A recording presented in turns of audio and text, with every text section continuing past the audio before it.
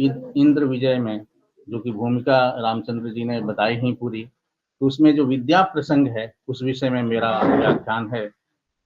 तो विद्या वाचस्पति पंडित मधुसूदन ओझा जी ने लगभग 200 से अधिक ग्रंथों का प्रणयन किया और वो वेद को विज्ञान के रूप में स्थापित करने का जो उनका प्रयास था, पुनर्स्थापित किया, क्योंकि वेद तो विज्ञान है ही, तो उसमें वो काफी हद तक उनके ग्रंथ जो है सहायक हैं।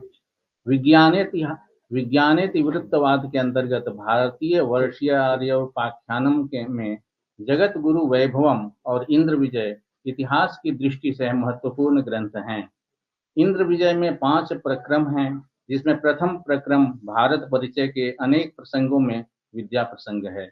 इसमें स्वयं वहादयो यंत्र विशेषा से लेकर भारतीय विडवीर्याख्यानम तक का प्रसंग मेरे व्याख्यान का विषय है।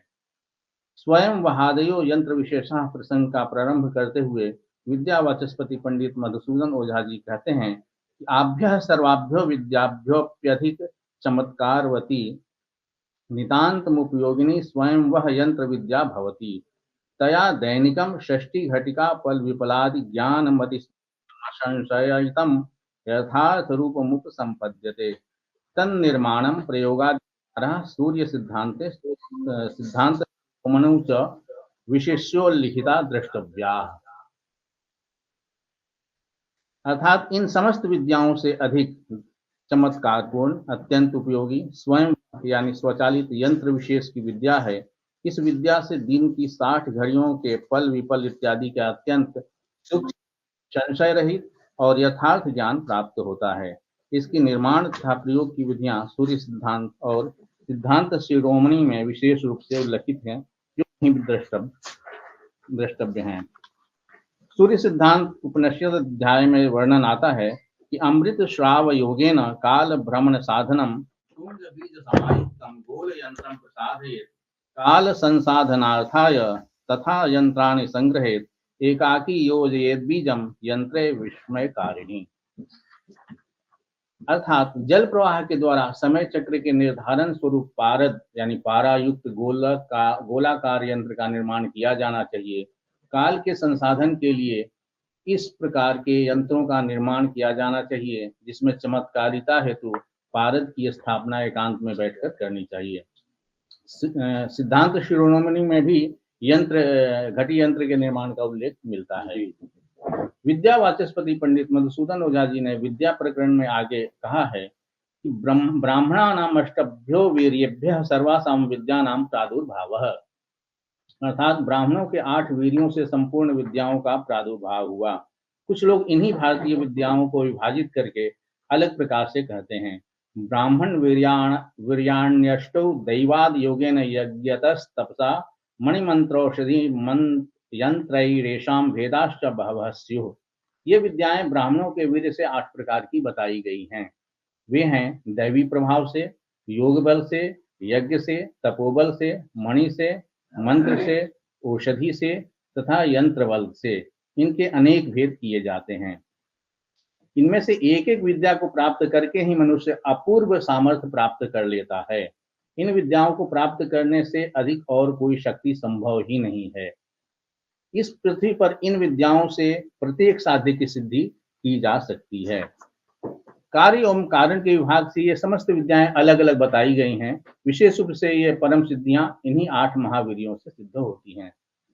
विद्या वाचस्पति पंडित मधुसूदन ओझा जी ने आगे कहा है कि ये उपर्युक्त 8 सिद्धियां अत्यधिक प्रयत्न पूर्वक साधना करने पर ही सिद्ध होती हैं, परंतु 9 निधियों को रखने मात्र से ही सिद्धि की प्राप्ति हो जाती है।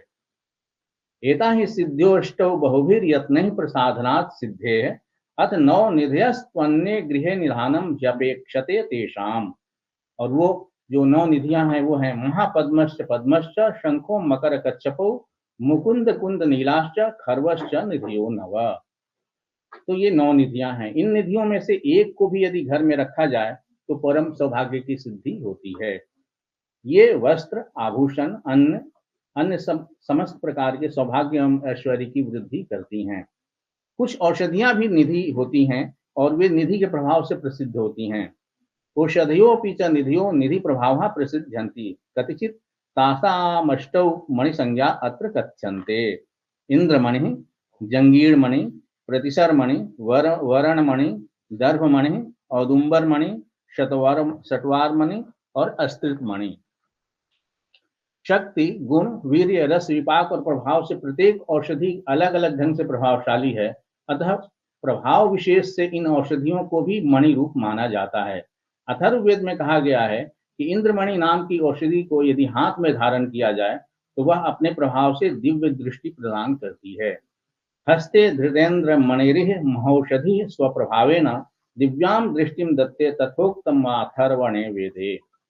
जंगीर मणि को धारण करके मनुष्य सब कुछ प्रत्यक्ष देखता है, प्रत्येक पदार्थ को, युलोक, अंतरिक्ष लोक और भूमि को देखता है। आपश्यति, प्रतिपश्यति, परापश्यति, पश्यति, दिवंतर मंतरिक्षमाद भूमिम सर्वम तद्देवी पश्यति। ये जो जांगीर मणि है तो दीर्घायु की प्राप्ति कराने वाले, बड़े आनंद को देने वाले, शोषक रोग को दूर करने वाले, न सड़ने देने वाले परंतु बल को बढ़ाने वाले जंगीर मणि को हम सब धारण करते हैं। दीर्घायुत्वाय बृहते रणायारिष्टयन्तो दक्षमाणः सदैव मणिम विष्कंध दूषणम जंगीणम बिभ्रिमो वयम। अथर्ववेद के 19वें कांड के 34वें सूक्त के 35वें मंत्र में जंगीर मणि का पर्याप्त उल्लेख आता है। अथर्ववेद के ही 8वें कांड के 5वें सूक्त में प्रतिसर मणि का और 10वें के कांड के 3रे सूक्त में वरण मणि का उल्लेख मिलता है। मणि और औदुंबर मणि का 19वें कांड के 28वें से 33वें सूक्त तक विशेष वर्णन किया गया है। इसी कांड के 36वें सूक्त में शतवार मणि का तथा 40वें सूक्त में अस्त्रित मणि का वर्णन आता है। इस प्रकार प्राचीन आर्यों ने अनेक औषधि विद्याओं को देखा जिनका अथर्ववेद में उल्लेख है। भारतवर्ष के आर्यों ने देव युग में देवताओं द्वारा दिए गए प्रोत्साहन और सहयोग से इन विद्याओं को उत्पन्न किया। देवानामि समये देवैः प्रोत्साहनात् सुयुक्ताच्च भारतवर्षीयार्यैरेता उद्भाविता विद्या। इन विद्याओं के निर्माता अलग अलग विद्वान ऋषि थे। इनके मूल एवं प्राथमिक ग्रंथ दीर्घ कालांतराल में नष्ट हो गए, उपलब्ध अभी नहीं होते हैं, किंतु इतिहास ग्रंथों में प्रसंगवश इनकी चर्चा मिलती है, जिससे हमें इनके अस्तित्व का पता चलता है। इसके अनंतर पंडित मधुसूदन ओझा जी क्षात्र वीर्याख्यानम प्रारंभ करते हैं, जिसमें भारतवर्ष के युद्धोपयोगी 64 दिव्यास्त्रों का वर्णन है। भारतवर्षे युद्धोपयोगिनी 64 दिव्यास्त्राणि ब्रह्मशिरो ब्रह्मास्त्रम पाशुपतम वैष्णवम च वरुणास्त्रम नारायणास्त्रमेन्द्रम प्रजापत्यास्त्रमाग्नेयम। इस तरह से जो 64 जो दिव्य अस्त्र हैं उनका जो है वर्णन आता है, जिसमें जो है जो 16 दैवास्त्र हैं, ब्रह्मशिर, ब्रह्मास्त्र, पाशुपतास्त्र, वैष्णवास्त्र, वारुणास्त्र, नारायणास्त्र आदि। उसी तरह से 16 जो है यौवनास्त्र हैं, जिसमें स्कंदास्त्र, प्रमथास्त्र, वैनायकास्त्र, कुष्मांडास्त्र, गणास्त्र और गांधर्वास्त्र आदि।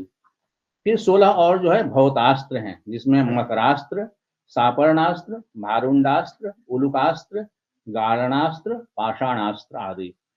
16 जो है वो कर्मास्त्र हैं, उसमें उन्मादास्त्र, स्तंभनास्त्र, कंपनास्त्र, जृंभणास्त्र, जंभकास्त्र, मूर्छनास्त्र आदि।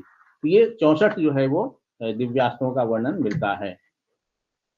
देव काल में प्राचीन भारतवर्ष में मंत्र, यंत्र, तंत्र विद्या से युक्त अद्भुत कार्यों वाले दिव्यास्त्र थे। इसके अतिरिक्त बाण, आरी, तलवार आदि 18 प्रकार की लौह निर्मित अस्त्र विद्या भी संपूर्ण भारतवर्ष में व्याप्त थी। रामायणे तो विश्वामित्रो रामाय 50 दिव्यास्त्राणि निरूप्य प्रददौ तात्यप्यतो विद्यात्। यानी कि 50 जो है वो दिव्यास्त्रों को विश्वामित्र मुनि ने जो है राम को समर्पित किया था, ऐसा वर्णन आता है। तो श्रीमद् वाल्मीकि बालकांड के 27वें सर्ग में महर्षि विश्वामित्र द्वारा श्री राम को 50 दिव्यास्त्र प्रदान करने का वर्णन है। उसमें जो है महर्षि विश्वामित्र ने श्री रामचंद्र जी को ब्रह्मशिर, ब्रह्मास्त्र, ऐशिकास्त्र, नारायणास्त्र, आग्नेयास्त्र आदि प्रदान किए। बालकांड के ही 28वें सर्ग में महर्षि विश्वामित्र ने श्री राम को अस्त्र विद्या का सुयोग्य पात्र जानकर अस्त्रों की संहार विधि का उपदेश दिया है, जिसमें सत्यवान, सत्यकीर्ति, धृष्ट, रमस, प्रतिहारतर, अपरांगमुख, अवांगमुख, लक्ष्य आदि प्रमुख हैं। वाल्मीकि रामायण के ही युद्ध कांड में वर्णन आता है कि रावण के असुरास्त्र से आवृत हुए श्री राम ने आग्नेयास्त्र का प्रयोग किया।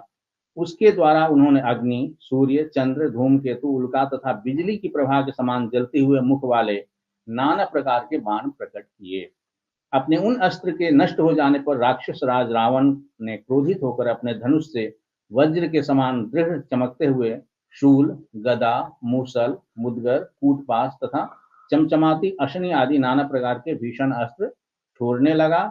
तब उत्तम अस्त्रों के ज्ञाता श्री राम ने गांधर्व नामक श्रेष्ठ अस्त्र से रावण के उस अस्त्र को शांत कर दिया।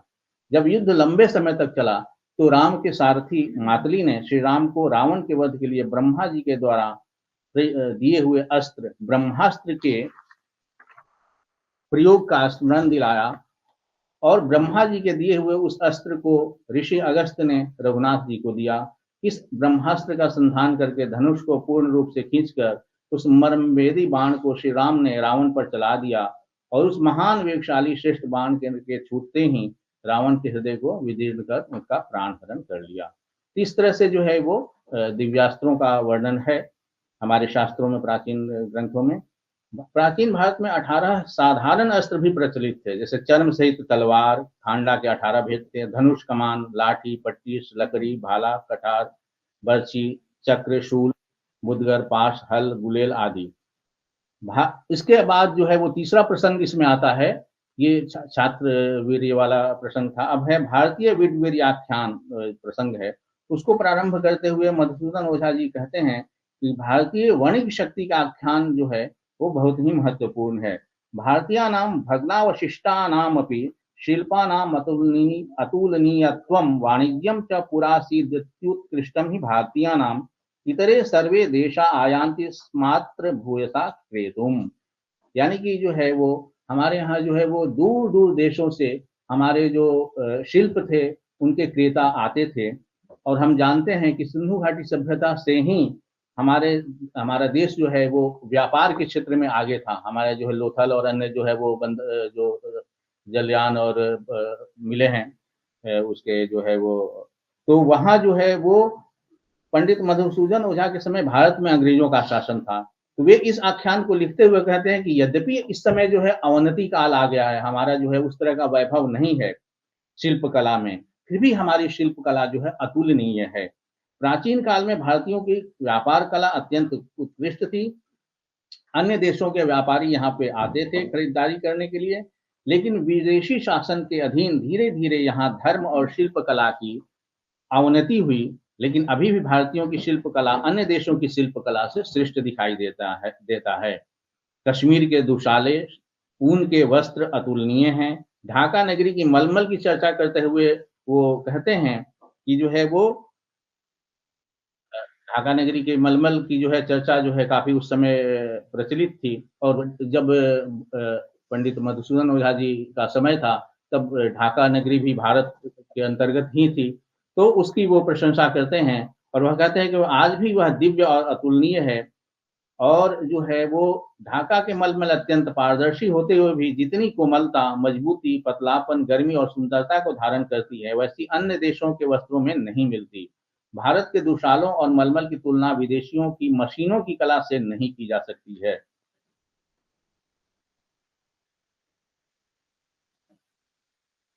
रुक आगे वो कहते हैं कि जो है इस विदेशी शासन के अधीन अवनति काल में भी भारत में बने विशिष्ट कला से युक्त रेशमी वस्त्र, लकड़ी, मिट्टी, पत्थर से बने हुए बर्तन अत्यंत प्रशंसा के योग्य हैं। अतः वे सभी शिल्पी जो इस कला को बचाए हुए हैं इस विकट परिस्थिति में भी और जिन्होंने भारत के मस्तक को ऊंचा रखा हुआ है वो प्रशंसा के पात्र हैं। अद्याप्यत्र बहुनि श्लाघ्यानि भवन्ति दीन हतकानां कारुण्यामेह शिल्पान्यभिर्भारत शिरोत्युच्चकम्। इस प्रकार इस विद्या प्रसंग के आख्यानों के द्वारा विद्या वाचस्पति पंडित मधुसूदन ओझा जी का उद्देश्य प्राचीन भारत के ज्ञान, विज्ञान, कला, संस्कृति के वर्णन के माध्यम से भारत के वर्तमान और भावी पीढ़ी को भारत के गौरवपूर्ण इतिहास से परिचित कराकर उनमें आत्मसम्मान और गौरव के भाव जगाना उद्देश्य था।